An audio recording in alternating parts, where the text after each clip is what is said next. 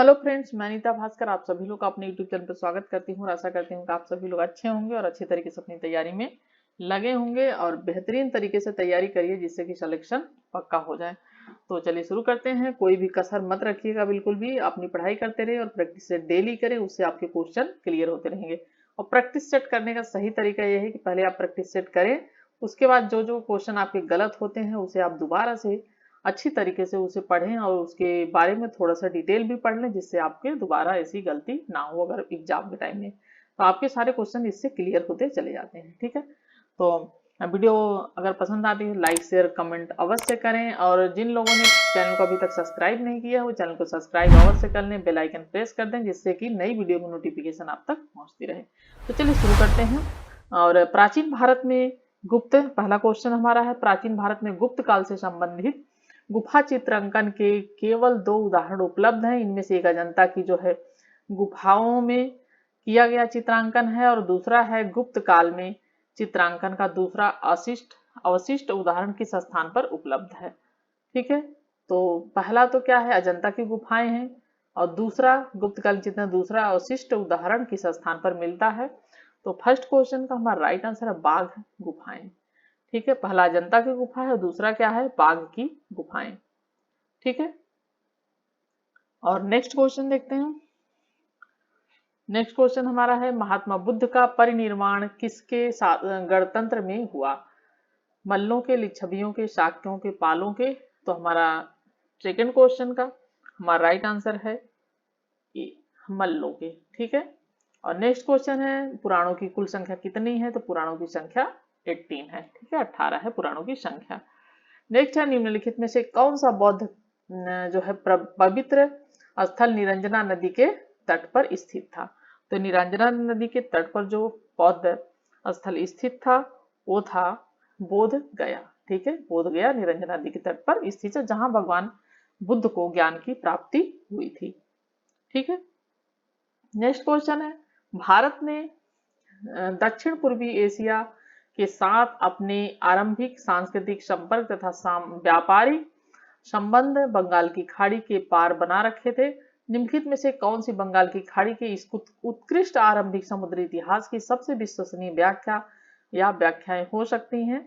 तो हमारा ये ऑप्शन है, प्राचीन काल तथा मध्यकाल में भारत के पास दूसरों की तुलना में अति उत्तम पोत निर्माण तकनीकी उपलब्ध थी। या बी है, इस उद्देश्य के लिए दक्षिण भारतीय शासकों ने व्यापारियों, ब्राह्मणों, पुजारियों और बौद्ध भिक्षुओं को सदा संरक्षण दिया। और सी है, बंगाल की खाड़ी में चलने वाली मानसूनी हवाओं ने समुद्री यात्राओं को सुगम बना दिया था। तो इस संबंध में ए तथा बी दोनों विश्वसनीय व्याख्याएं हैं। तो हमारा इसमें फिफ्थ क्वेश्चन का जो हमारा राइट आंसर हो जाएगा वो हो जाएगा हमारा डी। ठीक है, इसमें ए और बी दोनों ही व्याख्याएं जो है सही है, विश्वसनीय है। नेक्स्ट है, योग दर्शक के प्रतिपादक थे। तो योग दर्शक के प्रतिपादक कौन थे, वो थे पतंजलि।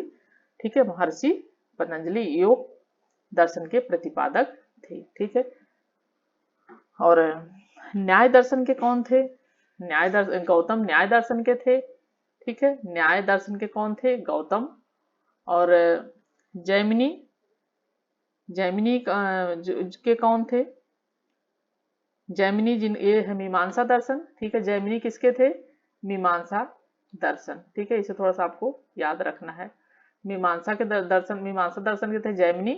और शुक्राचार्य, जो शुक्राचार्य थे वो किस दर्शन के थे, महर्षि जो इसमें 3-4 होते हैं। योग दर्शन जो है पतंजलि है, सांख्य दर्शन जो है वो महर्षि कपिल माने जाते हैं, और न्याय दर्शन को गौतम माना जाता है, और जो वैदेशिक दर्शन है उसके महर्षि कणाद माने जाते हैं, और मीमांसा दर्शन के जो प्रणेता है वो जैमिनी माने जाते हैं, और वेदांत दर्शन के बाद नारायण माने जाते हैं। शुक्राचार्य जो है ये अलग है।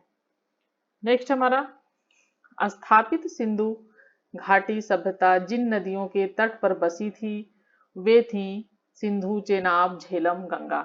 तो सिंधु सिंधु घाटी की सभ्यता थी जिन नदियों के तट पर बसी थी वो नदियां कौन सी थी, सिंधु, चेनाब, गंगा, झेलम कौन सी नदियां थी। तो हमारा ऑप्शन देखते हैं, और हमारा ऑप्शन है इसमें सेवंथ क्वेश्चन का बी, 1, 2 और 3। ठीक है, 1, 2 और 3।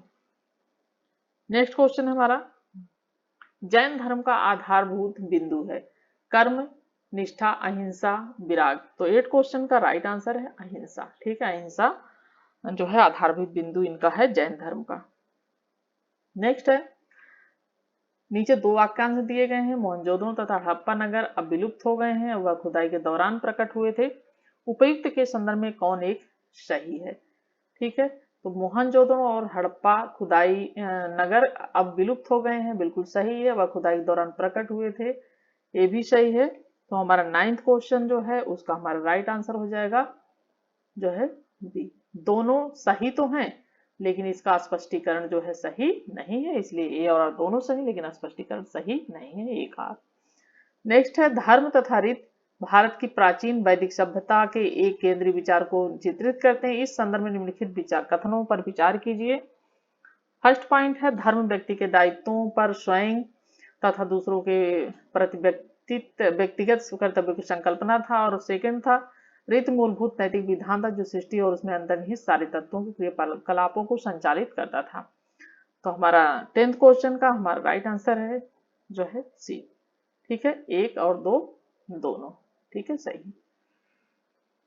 नेक्स्ट है, निम्नलिखित में से कौन सा सिंधु घाटी की सभ्यता पर प्रकाश डालता है। शिलालेख, पुरातत्व खुदाई। तो जैसा कि कौन प्रकाश डालता है, तो है पुरातत्व खुदाई, क्योंकि पुरातत्व खुदाई की वजह से ही सिंधु घाटी सभ्यता का पता चला। ठीक है, नेक्स्ट है 12th क्वेश्चन, नदियों में निम्नांकित किन नदियों का उल्लेख अफगानिस्तान के साथ आर्यों के संबंध का सूचक है। और वेरी इंपॉर्टेंट क्वेश्चन है, ये नेट में भी क्वेश्चन आता है, पीसीएस में भी आता है, और भी कई एग्जाम में, हर एग्जाम में ये क्वेश्चन पूछता रहता है, तो आपको ये याद रखना चाहिए। तो 12th क्वेश्चन का हमारा जो राइट आंसर है वो है कुभा और क्रुमो। ठीक है, ये हैं अफगानिस्तान के आर्यों के संबंध की सूचक। और नेक्स्ट क्वेश्चन है हमारा, निम्नलिखित ऐतिहासिक व्यक्तियों के नाम कालक्रमानुसार संयोजित कर नीचे दिए गए कूट से सही उत्तर चुनिए। नागभट्ट, महिपाल, महेंद्रपाल, वत्सराज। ठीक है, नीचे दिए कूट से सही उत्तर चुनना है और कालक्रमा अनुसार। तो 13 क्वेश्चन का हमारा राइट आंसर है बी। ठीक है, पहले वत्सराज, फिर नागभट्ट, फिर महेंद्रपाल, फिर महिपाल। नेक्स्ट हमारा, विक्रमशिला महाविहार की स्थापना किस वंश के शासक द्वारा करवाई थी। ये भी क्वेश्चन कई बार मैं बता चुकी हूँ। तो पाल वंश के शासक धर्मपाल द्वारा करवाई गई थी विक्रम जो है महाविहार की स्थापना। ठीक है, 14 क्वेश्चन का हमारा राइट आंसर है डी। नेक्स्ट है, निम्नलिखित में से कौन सा स्रोत बौद्धों के नगर प्रशासन का विस्तृत विवरण प्रस्तुत करता है। कौटिल्य का अर्थशास्त्र, मेगास्थनीज की इंडिका, विशाखादत्त का मुद्राक्षर, अशोक का अभिलेख। तो 15 क्वेश्चन का हमारा जो है राइट आंसर है बी, मेगास्थनीज की इंडिका। ठीक है, मौर्य के नगर प्रशासन का विस्तृत विवरण प्रस्तुत करता है। नेक्स्ट हमारा, निम्नलिखित शासकों में से किसके हर्षवर्धन को पराजित किया था। किसने हर्षवर्धन को पराजित किया था। कीर्तिवर्मन द्वितीय, विक्रमादित्य द्वितीय, पुलकेशिन प्रथम, पुलकेशिन द्वितीय। तो हर्षवर्धन को किसने पराजित किया था। 16 क्वेश्चन का राइट आंसर है पुलकेशिन द्वितीय ने पराजित किया था हर्षवर्धन को। ठीक है, नेक्स्ट है, सही कालक्रम में व्यवस्थित कीजिए पटपरा जमाओ, खंतोही जमाओ, बाघोर जमाओ, सिवाल जमाओ। तो 17 का ये कालक्रम क्या बनेगा। 17 क्वेश्चन का राइट आंसर है बी। ठीक है, पहले सिवाल जमाओ, उसके बाद क्या है दूसरा एक पटपरा जमाओ, फिर है बाघोर, फिर है खंतोही जमाओ।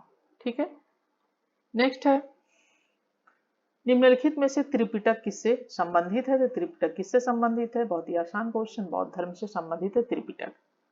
ठीक है, नेक्स्ट है, निम्नलिखित में से भारतीय नेपोलियन किसे माना जाता है। 19 क्वेश्चन का हमारा राइट आंसर है बी, समुद्रगुप्त को भारतीय नेपोलियन माना जाता है। 20 क्वेश्चन है, सम्राट हर्षवर्धन ने 2 महान धार्मिक सम्मेलन का आयोजन किया था और कहाँ किया था। 20 क्वेश्चन का हमारा राइट आंसर है ए, कन्नौज तथा प्रयाग में। ठीक है, प्रयाग में जो कुंभ मेला लगता है, ये भी बताया जाता है कि ये इनकी ही शुरुआत थी, हर्षवर्धन द्वारा की गई। नेक्स्ट है, राजा नंद का उल्लेख करने वाला अभिलेखी प्रमाण है। खारवेल का हाथी गुम्बा अभिलेख, रुमनदेई स्तंभ अभिलेख, सूरत दामन का जूनागढ़ अभिलेख, या धनदेव का अयोध्या अभिलेख। तो 21 का हमारा जो है राइट आंसर है खारवेल का हाथी गुम्फा अभिलेख। नेक्स्ट क्वेश्चन हमारा 22, निम्नलिखित में से कौन शासक पृथ्वीराज चौहान के नाम से प्रसिद्ध हुआ। ठीक है, कौन है प्रसिद्ध? 22 का हमारा राइट ऑप्शन है श्री पृथ्वीराज तृतीय पृथ्वीराज चौहान के नाम से प्रसिद्ध है। नेक्स्ट है उस वीर भारतीय राजा का नाम बताइए जिसे सिकंदर ने झेलम के तट पर पराजित किया था। तो कौन था वो राजा जो झेलम के तट पर पराजित हुआ था सिकंदर द्वारा? तो 23 का हमारा राइट आंसर है बी, पुरु या पोरस। ठीक है, और कब की बात है? 326 ईस्वी पूर्व खैबर दर्रे को पार कर भारत में उसने प्रवेश किया था और उस समय इसका सामना हुआ था इसे झेलम नदी के तट पर। नेक्स्ट क्वेश्चन हमारा बराबर पहाड़ी की गुफाओं के विषय में निम्न में से कौन एक सही नहीं है। बराबर पहाड़ी पर कुल 4 गुफाएं हैं। 3 गुफाओं की दीवार पर अशोक के अभिलेख उत्कीर्ण हैं और ये अभिलेख इन गुफाओं को आजीविकाओं को समर्पित होने का उल्लेख करते हैं। और डी है ये अभिलेख ईसा पूर्व 6ठी शताब्दी के हैं। तो 24 का हमारा राइट आंसर है डी, ये सही नहीं है। ठीक है, ये क्या पूछा है क्वेश्चन, इसको जब आप क्वेश्चन करेंगे तो जरूर ध्यान रखिएगा सही है या नहीं है, ये बड़ा कंफ्यूजन हो जाता है, पता चला हम कहीं कुछ गलती लगा देते हैं। इसलिए आपको ये ध्यान रखना है क्या पूछा है। ये सही नहीं है कि 6ठी शताब्दी का है 24 का, क्योंकि मौर्य काल से संबंधित है ये सब गुफाएं और ये जो है 6ठी शताब्दी के हैं, ये संबंधित सही नहीं है। ठीक है, नेक्स्ट है वह दक्षिण भारतीय राज्य जो अपनी नौसैनिक शक्ति हेतु प्रसिद्ध था। तो कौन था वो? 25 का राइट आंसर है चोल। चोलों के पास क्या था? एक विशाल सेना थी और जिसके 3 अंग होते थे, एक गज सेना, अश्वारोही सेना और पैदल सेना। जो पैदल सेना होती थी सामान्यतः वह भालों से लैस होती थी। किस चीज से? भालों से लैस होती थी। ठीक है, और चोलों के पास शक्तिशाली नौसेना भी थी। ठीक है, तो ये है चोल। नेक्स्ट है सर्ग प्रतिसर्ग वंश मवंतर। क्या है? सर्ग प्रतिसर्ग वंश मवंतर वंशानुचरित संकेतक हैं। किसके संकेतक हैं ये? 26 का हमारा राइट आंसर है पुराणों के संकेतक हैं ये। ठीक है, सर्ग मतलब सृष्टि, प्रतिसर्ग मतलब प्रलय, और वंश, और फिर उसके बाद है मवंतर। ठीक है, चलिए 27 क्वेश्चन, निम्न मंदिरों को कालानुक्रम में व्यवस्थित मंदिर के नीचे दिए कूटों से सही उत्तर चुनिए। बृहदेश्वर मंदिर, गंगैकोंड चोलापुरम मंदिर या महाबलीपुरम का तटीय मंदिर, सप्त पगौड़ा मंदिर। तो हमारा 27 का हमारा जो है राइट आंसर हो जाएगा। हम ऑप्शन देखते हैं, हमारा ऑप्शन हो जाएगा इसमें जो है 27 का डी। ठीक है, पहले जो है सप्त पगौड़ा जो है बांबलशैली नरसिंह वर्मन ने बनवाया था, फिर महाबलीपुरम का है, फिर बृहदेश्वर का है, फिर गंगैकोंड मंदिर है राजेंद्र चोल द्वारा। तीसरे 4th, 3rd, 1st और 2nd। नेक्स्ट है निम्नलिखित में से किन स्थानों में मध्य पाषाण काल में शिशु पशुपालन के प्रमाण मिलते हैं। तो ये कहाँ से मिलते हैं? ये हमारा राइट आंसर है बागौर। ठीक है, ये भी क्वेश्चन बड़ा इंपॉर्टेंट है और बार बार आता है, काफी पूछा जाता है ये क्वेश्चन, तो इसलिए है बहुत आसान क्वेश्चन, तो इसलिए थोड़ा सा आप याद कर लीजिए, बार बार पूछा जाता है एग्जाम में। बौद्ध धर्म के विस्तार के कारणों में सम्मिलित थे धर्म की सादगी, दलितों के लिए विशेष अपील, धर्म की मिशनरी भावना, स्थानीय भाषा का प्रयोग, दार्शनिकों द्वारा वैदिक भावना की सुदृढ़ता। नीचे दे कूट से सही उत्तर चुनना है। तो 29 का हमारा राइट आंसर है सी, 1, 2, 3, 4। ठीक है, एक बौद्ध धर्म के विस्तार के कारण सम्मिलित थे, दूसरा क्या है? दूसरा भी दलितों के लिए विशेष अपील क्योंकि उसमें कोई भेदभाव नहीं था, और तीसरा धर्म की मिशनरी भावना, और चौथा था स्थानीय भाषा का प्रयोग, पाली भाषा का प्रयोग किया गया था, जो उस भाषा को लोग समझते थे, बोलते थे, तो इसलिए पाली भाषा का प्रयोग किया गया था, इस भाषा के प्रयोग किया गया था, और इसीलिए जो है लोग जो है इस धर्म को अपनाने में जो है रहते थे। नेक्स्ट है 30 क्वेश्चन, हाथी गुम्फा का अभिलेख किस शासक के विषय में जानकारी का स्रोत है? किस शासक के विषय में जानकारी देता है जो है हाथी गुम्फा अभिलेख? ठीक है, तो 30 क्वेश्चन का राइट आंसर है खारवेल। कलिंग शासक जो खारवेल था उसके बारे में जानकारी मिलती है हाथी गुम्फा अभिलेख से। और ये भी पूछा था खारवेल किस धर्म का समर्थक थे, जैन धर्म को मानने वाला था खारवेल। ठीक है, और हाथी गुम्फा जो अभिलेख है वो उड़ीसा राज्य के भुवनेश्वर से 4-5 मील दूरी पहाड़ी पर स्थित है। कहाँ पे है जो है हाथी गुम्फा अभिलेख, उड़ीसा राज्य के भुवनेश्वर। ठीक है, भुवनेश्वर में, भुवनेश्वर से थोड़ी दूर पे। नेक्स्ट है सूची फर्स्ट को सूची सेकंड से सुमेलित करना है। और चंद्रगुप्त, बिंदुसार, अशोक, चाणक्य, प्रियदर्शी, सेंद्रगुप्त, अमित घात, विष्णु गुप्त। तो 31 जो हमारा मिलान होगा हमारा राइट आंसर हो जाए। जैसे अशोक को प्रियदर्शी कहते थे, चाणक्य को विष्णुगुप्त, और बिंदुसार को जो है अमृत घात, और इनको चंद्रगुप्त मौर्य को सेंड्रोकोटस। तो इस तरीके से 31 का हमारा जो राइट आंसर हो जाएगा सी। ठीक है, इस तरीके से हमारा राइट आंसर हो जाएगा, मिल जाएगा। नेक्स्ट है दक्षिण भारत का प्रसिद्ध तक्कोलम का युद्ध। ठीक है, ये भी इंपॉर्टेंट क्वेश्चन। तक्कोलम का युद्ध हुआ था किसके किसके बीच हुआ था? चोल एवं उत्तर चालुक्य के मध्य, चोल एवं राष्ट्रकूटों के मध्य, चोल एवं होयसलों के मध्य, या चोल एवं पांडवों के मध्य। तो हमारा 32 का हमारा राइट आंसर है बी, चोल एवं राष्ट्रकूटों के मध्य हुआ था। ठीक है, चलिए नेक्स्ट हमारा सिंधु घाटी सभ्यता की विकसित अवस्था में निम्नलिखित में से किस स्थल से घरों में कुओं के अवशेष मिले हैं? ठीक है, भी काफी इंपॉर्टेंट क्वेश्चन है। लोथल, हड़प्पा, कालीबंगा, मोहनजोदड़ो। तो 33 का राइट आंसर है मोहनजोदड़ो से मिले हैं कुओं के अवशेष। ठीक है, बुंदेलखंड पर निम्नलिखित में से किस राजपूत वंश ने शासन किया था? बुंदेलखंड पर किस राजपूत वंश ने शासन किया था? राठौर, चौहान, चंदेल वंश, गढ़वाल। तो हमारा 34 का हमारा राइट आंसर है सी, चंदेल वंश। ठीक है, नेक्स्ट है सूची फर्स्ट को सूची सेकंड से सुमेलित कीजिए और नीचे दिए कूट का प्रयोग कर सही उत्तर चुनिए। सूची फर्स्ट बैजनाथ धाम, सारनाथ, दिलवाड़ा मंदिर, बद्रीनाथ धाम। तो ये है जैन मंदिर, शिव मंदिर, बुद्ध का शांति प्रथम जो है स्थल, या विष्णु मंदिर तो जैसे सारनाथ है, बुद्ध की शांति प्रथम प्रवचन यहाँ पे दिया था। दिलवाड़ा जैन मंदिर है दिलवाड़ा, और बद्रीनाथ धाम है और बैजनाथ धाम। तो ये हमारा 35 का हमारा जो मिलान होगा तो हमारा राइट आंसर हो जाएगा ए। ठीक है, ए का 2 और बी का 3, सी का 1, डी का 4। नेक्स्ट है निम्नलिखित कथनों पर विचार करें एवं चैत्य तथा बिहार में क्या अंतर है? ठीक है, चैत्य तथा बिहार में क्या अंतर? तो बिहार पूजा स्थल होता है जबकि चैत्य बौद्ध भिक्षु का निवास स्थान होता है, तो ये गलत है। और चैत्य पूजा स्थल होता है जबकि बिहार निवास स्थान होता है। तो 36 का हमारा जो राइट आंसर है बी, चैत्य क्या होता है? पूजा स्थल होता है, जबकि बिहार जो होता है वहां पे बौद्ध भिक्षु निवास करते थे। ठीक है, नेक्स्ट है निम्नलिखित में से कौन सुमेलित है? अद्वैतवाद, रामानुज, विशिष्टा दैतवाद, शंकराचार्य, दैत माधवाचार्य, दैतवाद, वल्लभाचार्य। तो 37 का हमारा जो राइट आंसर है वो है सी, दैत माधवाचार्य ए सुमेलित है और बाकी सुमेलित नहीं है। ठीक है, और ये क्वेश्चन मैंने भक्ति आंदोलन के क्वेश्चन है ये, और मैंने भक्ति आंदोलन जो मैं घटना चक्र पहले करा रही थी मैंने अच्छी तरीके से कराया हुआ है, और ये सब आपको मिल जाएगा उसमें।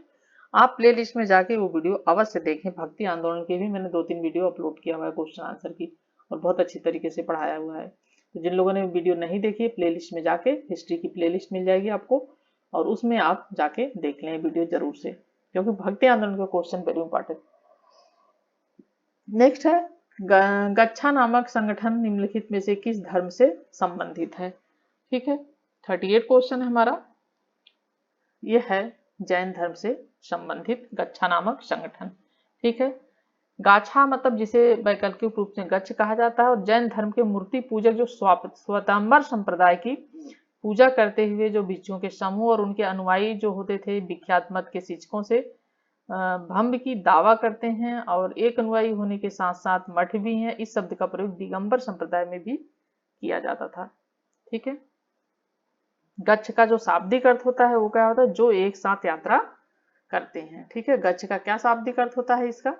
जो एक साथ यात्रा करते हैं। ठीक है, एक साथ यात्रा करते हैं और उसका जो है गज का मतलब होता है।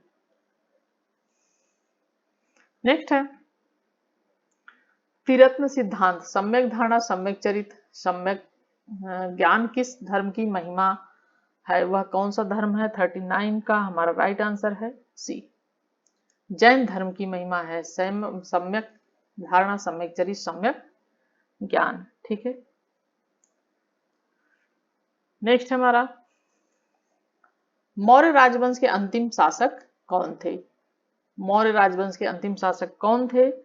40 क्वेश्चन का राइट आंसर है बृहद्रथ थे मौर्य वंश के अंतिम शासक। ठीक है। और इसकी हत्या इसका जो सेनापति थे पुष्यमित्र शुंग ने 185 ईसा पूर्व में की थी। ठीक है। किसने की थी? ये जो पुष्यमित्र है इसने की थी। और कब की थी? 185 ईस्वी में। ठीक है, ईसा में। और नेक्स्ट क्वेश्चन है किसके शासन में हिजड़ों तथा महिलाओं के एक प्रभुत्व वर्ग का प्रभुत्व है? मोहम्मद शाह, अहमद शाह आलमगीर, शाह आलम दित्ती। तो 41 का हमारा राइट आंसर है बी, अहमद शाह। ठीक है। 1748 से 54 तक। नूरजहां किस मुगल सम्राट की पत्नी थी? तो बहुत ही आसान क्वेश्चन है, जहांगीर की पत्नी थी नूरजहां। ठीक है। नेक्स्ट है किस शताब्दी में दिल्ली के कुतुब मीनार का निर्माण किया गया था? 43 का हमारा राइट आंसर है 12वीं शताब्दी में कुतुबुद्दीन ने निर्माण शुरू किया था, इल्तुतमिश ने पूरा किया था और फिरोज शाह तुगलक ने इसमें जो है 5वीं मंजिल का निर्माण करवाया था, जो कि कुछ हिस्सा नष्ट हो गया था उसका।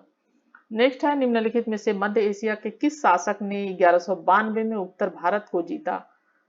क्या पूछा है? मध्य एशिया किस शासक ने 1192 में उत्तर भारत को जीता? जलालुद्दीन मांगबरनी या गजनी का महमूद, शिहाबुद्दीन मोहम्मद गौरी, चंगेज खान। तो मध्य एशिया के किस शासक ने 1192 में भारत को जीता था? तो हमारा 44 का हमारा राइट आंसर है शिहाबुद्दीन मोहम्मद गौरी। ठीक है, मोहम्मद गौरी ने जीता था और भारत पर अपना पहला आक्रमण 1175 ईस्वी में गजनी ने पहले किया था। फिर उसके बाद में इसने आक्रमण किए। फिर उसे 1191 में मोहम्मद गौरी और पृथ्वीराज चौहान के बीच में तराइन का युद्ध हुआ था और इस युद्ध में इसने जो है पराजित किया था। और 1192 में तराइन के द्वितीय युद्ध में मोहम्मद गौरी ने पराजित कर दिया था पृथ्वीराज चौहान को और इसने जीत लिया था। ठीक है। और पहले युद्ध जो हुआ था इसका 1191 में, उसमें पृथ्वीराज चौहान ने इसको पराजित किया था मोहम्मद गौरी को। ठीक है।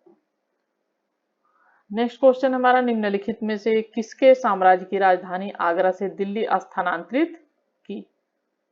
किसने की? 45 का हमारा राइट आंसर है शाहजहां ने। ठीक है। शाहजहां के शासनकाल में आगरे से राजधानी नई दिल्ली लाई गई और 1638 में शाहजहानाबाद नाम से नई दिल्ली बसाई गई थी। शाहजहानाबाद नाम से। ठीक है। 1600 कब की बात है? 1638। ठीक है। नेक्स्ट क्वेश्चन है विजयनगर साम्राज्य का अवशेष पाया गया था, तो पाया गया था कहाँ पे? हम्पी। हम्पी कहाँ पे है? कर्नाटक में। ठीक है।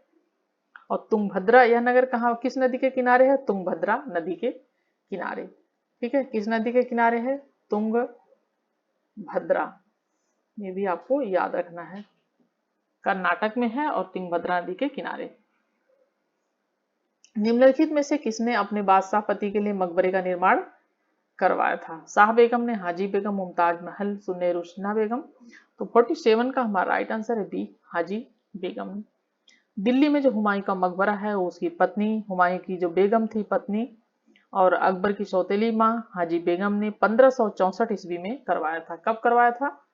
1564 ईस्वी में। ठीक है, करवाया था हाजी बेगम ने हुमायूं का मकबरा जो दिल्ली में है। नेक्स्ट क्वेश्चन है वर्तमान का दौलताबाद जिसे मोहम्मद बिन तुगलक ने अपनी राजधानी दिल्ली से स्थानांतरित किया वह स्थित था, तो वह कहाँ स्थित था? 48 का हमारा राइट आंसर है जो है वो था औरंगाबाद में स्थित। ठीक है, औरंगाबाद महाराष्ट्र में है और वहां पे स्थित था ये दौलताबाद। वहां पे जो है दौलताबाद में उसकी औरंगजेब की मजार वो भी है, मकबरा भी है। चलिए नेक्स्ट क्वेश्चन है, विजयनगर के शासकों ने किस भाषा को बढ़ावा दिया? हिंदी, मराठी और संस्कृत, मलयालम, तमिल और संस्कृत। तो विजयनगर के शासकों ने किस भाषा को बढ़ावा दिया था? 49 का हमारा राइट आंसर है सी, तमिल, तेलुगु और संस्कृत। ठीक है। 50 क्वेश्चन हमारा है, बड़ा इमामबाड़ा कहाँ स्थित है? तो बड़ा इमामबाड़ा बहुत ही आसान क्वेश्चन, यह लखनऊ की एक ऐतिहासिक धरोहर है, बड़ा इमामबाड़ा। ठीक है। इसे भूल भुलैया भी कहा जाता है, और इसको अवध के नवाब जो थे आसफुद्दौला ने 1784 ईस्वी में बनवाया था। ठीक है। अवध का नवाब ये था, अवध का नवाब था, और क्या नाम था उसका? आसफुद्दौला। ठीक है, आसफ उद्दौला था। और कब की बात है ये है 1784 में बनवाया था। ठीक है।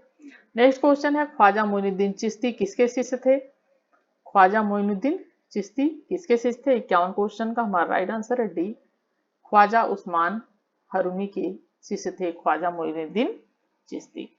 मोहम्मद बिन कासिम था तुर्क, मंगोल, अरब, तुर्क अफगान। तो 52 का हमारा राइट आंसर है सी, अरब।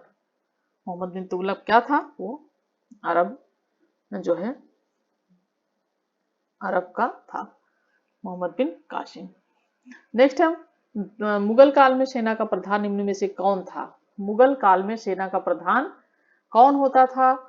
और मैंने मुगल शासन प्रबंध की एक बहुत अच्छी वीडियो बना के डाला हुआ है, और आप जरूर उसे देखें मुगल शासन प्रबंध पे, क्योंकि ये क्वेश्चन जरूर आते हैं। तो ये था मीर बख्शी जो होता था, वो सेना का प्रधान होता था मुगल काल में।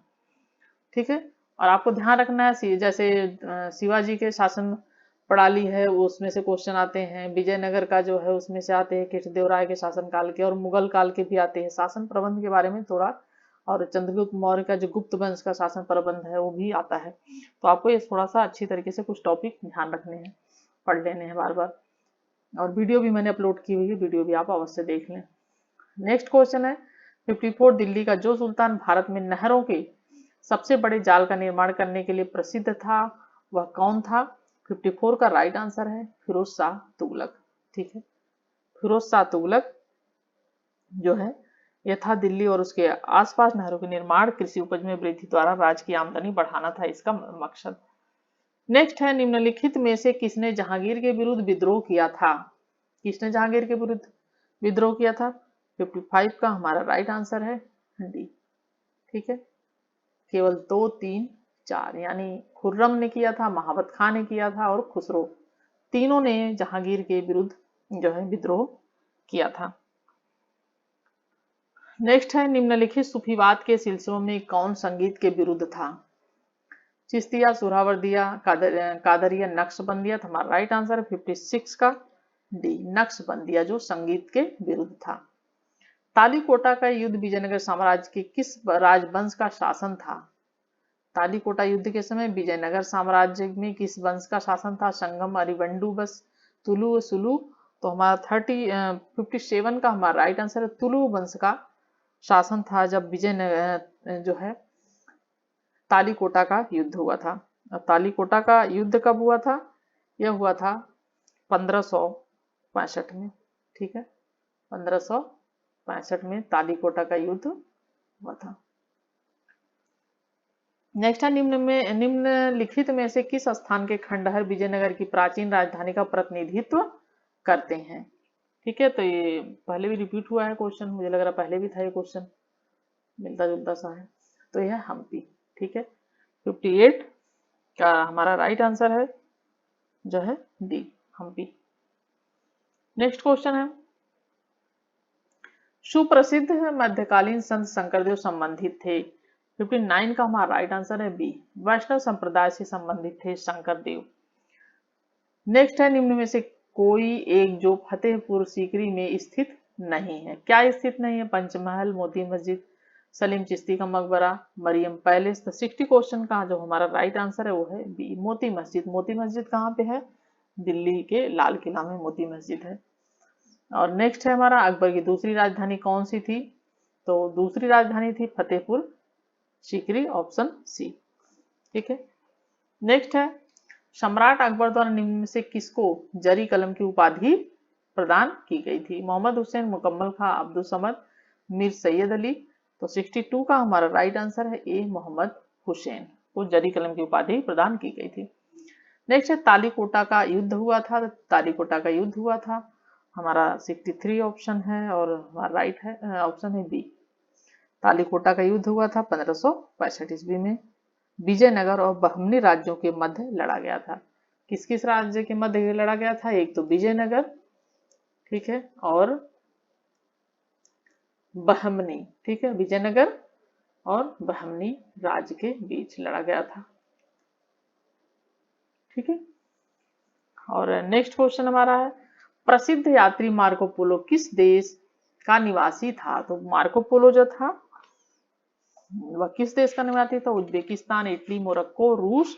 तो 64 का हमारा राइट आंसर है, वह इटली का निवासी था जो है मार्को पोलो। ठीक है। और नेक्स्ट क्वेश्चन हमारा है 65, दीन इलाही एक नया धर्म निम्नलिखित में से किसके द्वारा शुरू किया गया था? ये शुरू किया गया था अकबर के द्वारा दीन इलाही। 65, और कब शुरू किया गया था ये नया धर्म जिसे अकबर ने कब शुरू किया था? 1582 ईस्वी में। ठीक है, 1582 ईस्वी में शुरू किया गया था ये दीन इलाही। ठीक है, अकबर ने शुरू किया था। तो हमारे ये 65 क्वेश्चन कंप्लीट हो गए, और आशा करती हूँ कि वीडियो पसंद आई होगी, और पसंद आई होगी तो जरूर आप कमेंट करेंगे, लाइक करेंगे। Thank you friend, thank you for watching video.